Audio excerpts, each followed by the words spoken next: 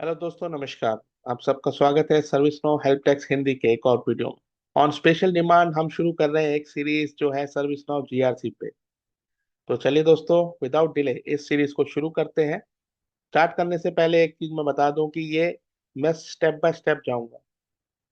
बहुत थोड़ा कॉम्प्लिकेटेड है, इसलिए इसमें धीरे धीरे मैं आपको समझाऊंगा। उसके बाद हम डेमो करेंगे ताकि आपका एक फंडामेंटल बेस बन सके और आप कहीं भी किसी को भी समझा सके कि जीआरसी क्या होता है और उसको अपने इंस्टेंस पे पीडीआई या फिर प्रोडक्शन पे कॉन्फ़िगर भी कर सके।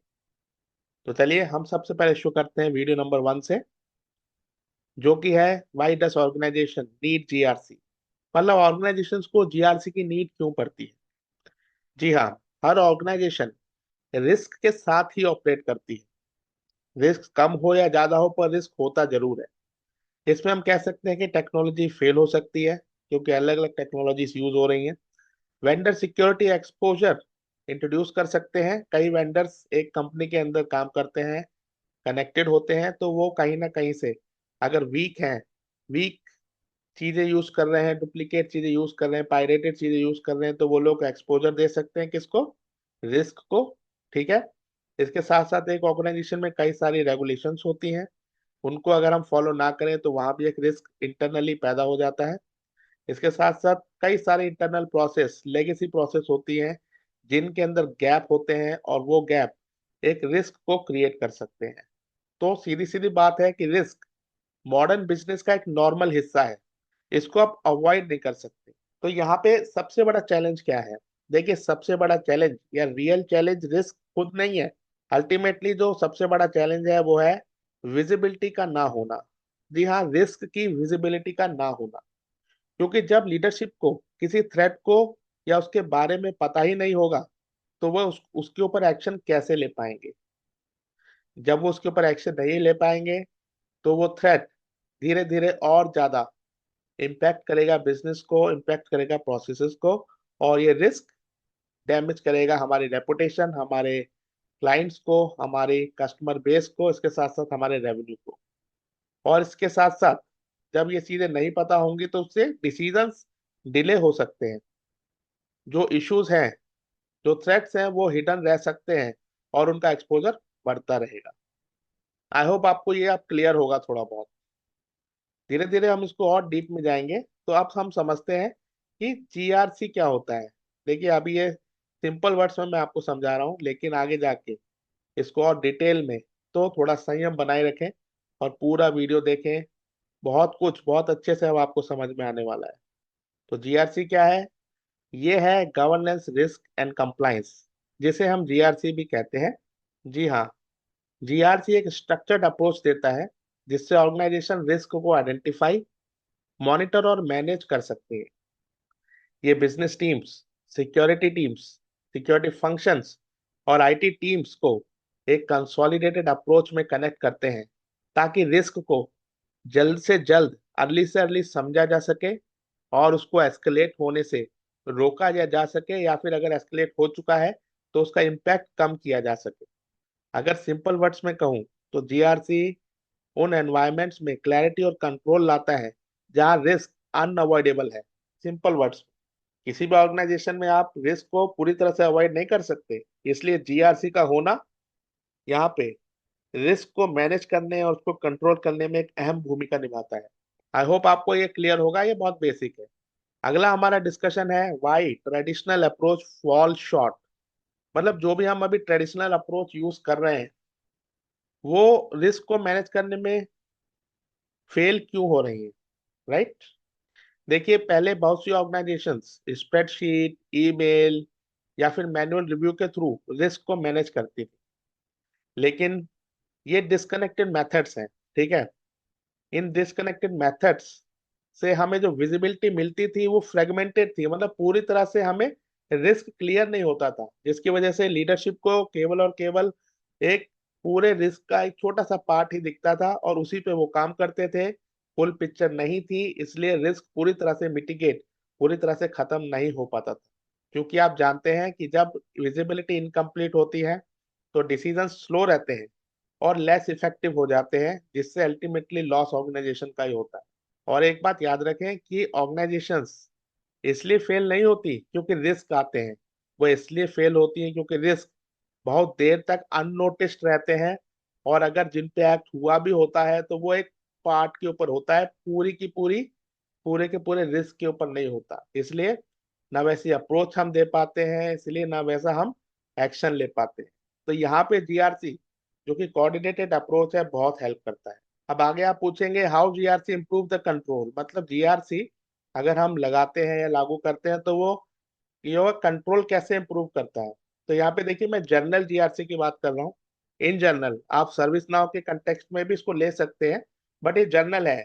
मतलब कितने भी टूल हो सब में कहीं ना कहीं जीआरसी यूज होता है, राइट। उससे कंट्रोल किया जाता है, रिस्क को मैनेज किया जाता है।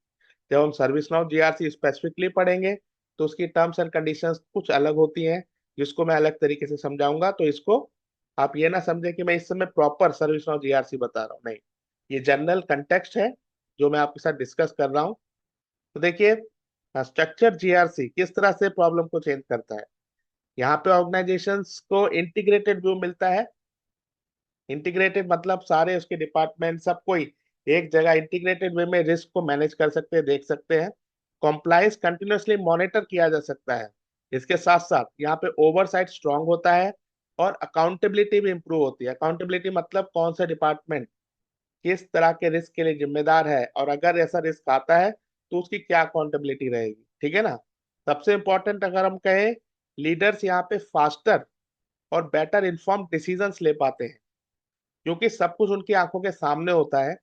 इसलिए वहां पे डिसीजन मेकिंग आसान होता है और इफेक्टिव हो जाती है। प्रॉब्लम के बाद रिएक्ट करने की बजाय यहाँ पे ऑर्गेनाइजेशंस प्रोएक्टिवली रिस्क को मैनेज कर सकती हैं या कर देती हैं। ओके, तो आई होप आपको ये क्लियर होगा कि किस तरह से एक कंट्रोल जीआरसी इम्पैक्ट करता है किसी भी तरह के रिस्क मैनेजमेंट। अब हम अगला एक एग्जाम्पल देखते हैं। बहुत ही बेसिक एग्जाम्पल है वेंडर रिस्क का। तो ये मेरा एग्जाम्पल है एंटरप्राइज रियलिटी अब वेंडर रिस्क एग्जाम्पल। तो यहाँ पे देखिए कॉमन एंटरप्राइज का एग्जाम्पल लेते हैं। एक ऑर्गेनाइजेशन अक्सर कई वेंडर्स को इंटरनल सिस्टम और सेंसिटिव डेटा का एक्सेस देती है। आपकी कंपनी में भी कई वेंडर होंगे, उनको आपके डेटा और सिस्टम का एक्सेस जरूर होगा। अगर वेंडर्स के कंट्रोल वीक हो जाते हैं या होते हैं तो ऑर्गेनाइजेशन के ऊपर रिस्क इनहेरिट हो जाता है, मतलब ऑर्गेनाइजेशन वहां से रिस्क प्रोन हो जाती है। फॉर एग्जाम्पल, अगर कोई वेंडर करप्ट विंडोज का या फिर अनलाइसेंस्ड विंडोज का यूज करता है तो वहां पे एक विंडो ओपन हो जाती है ऑर्गेनाइजेशन में एंटर करने के लिए। कोई भी जो है थर्ड पर्सन या फिर कोई भी हैकर उस विंडो के थ्रू सिस्टम में ऑर्गेनाइजेशन के सिस्टम में एंटर कर सकता है। तो यही हम कह रहे हैं कि रिस्क इनहेरिट कर लेती है ऑर्गेनाइजेशन। ओके, तो स्ट्रक्चर्ड अप्रोच के बिना असेसमेंट इनकंसिस्टेंट हो जाते हैं, ट्रैकिंग बहुत डिफिकल्ट होती है और रिस्क की, और इश्यूज आते रहते हैं और लेट डिस्कवर होते हैं। जबकि अगर हम एक जीआरसी के साथ चले, एक कंट्रोल्ड वे में चलें, तो वेंडर के रिस्क सिस्टमेटिकली हम इवेल्युएट कर सकते हैं, उनको मॉनिटर किया जा सकता है, और लीडरशिप को थर्ड पार्टी एक्सपोजर की क्लियर विजिबिलिटी होती है। उनको पता होता है कि कौन सा वेंडर कंप्लाइंट है, कौन सा नहीं है, किस में रिस्क एक्सपोजर ज्यादा हो सकता है, किस में नहीं। ये सारी रिपोर्टिंग जीआरसी के थ्रू उनके सामने होती है और वो इन्फॉर्म डिसीजन ले सकते हैं। ओके, तो यहाँ पे देखिए एक इंसाइट है बहुत ही सिंपल। यहाँ पे हम कहते हैं कि रिस्क इज नॉर्मल, ठीक है। तो रिस्क आने ही है, ओके। लेकिन डेंजर तब क्रिएट होता है जब वो रिस्क अनमैनेज्ड होते हैं। कोई भी हाई परफॉर्मिंग ऑर्गेनाइजेशन आप कह सकते हैं कि रिस्क फ्री नहीं होती, रिस्क तो है ही उसके पास, लेकिन वो रिस्क अवेयर होती है। उनको पता है कि किस रिस्क के साथ कब डील करना है, ये रिस्क कब आता है, जिससे वो पहले से ही वेल प्रिपेयर्ड होती है। तो फाइनली कंक्लूजन में हम कह सकते हैं कि GRC that is governance risk and compliance सिर्फ एक टेक्नोलॉजी कैपेबिलिटी नहीं है, ये एक डिसिप्लिन्ड वे है ऑपरेशन का, जहां अनसर्टेनिटी कांस्टेंट होती है, मतलब जहां पे रिस्क आते जाते रहते हैं। ओके, तो यही हमारे इस पूरे के पूरी सीरीज का फाउंडेशन है। आप ये ना समझें कि रिस्क नहीं आएंगे या बिल्कुल नहीं आएंगे। जी हाँ, रिस्क कांस्टेंट है, वो आते रहेंगे, लेकिन उनको मैनेज करना, किस तरह से मैनेज किया जाता है, ये हमारी फाउंडेशन। आने वाले वीडियोस में या फिर फ्यूचर सीरीज में आप जो कुछ भी सीखेंगे वो इसी इंटीग्रेटेड रिस्क मैनेजमेंट अप्रोच पे बिल्ड होगा, इसी पे निर्भर करेगा। तो ये आपको अपने माइंड में रखना है। विद दिस थॉट्स फ्रेंड, यही था हमारा वीडियो नंबर 1।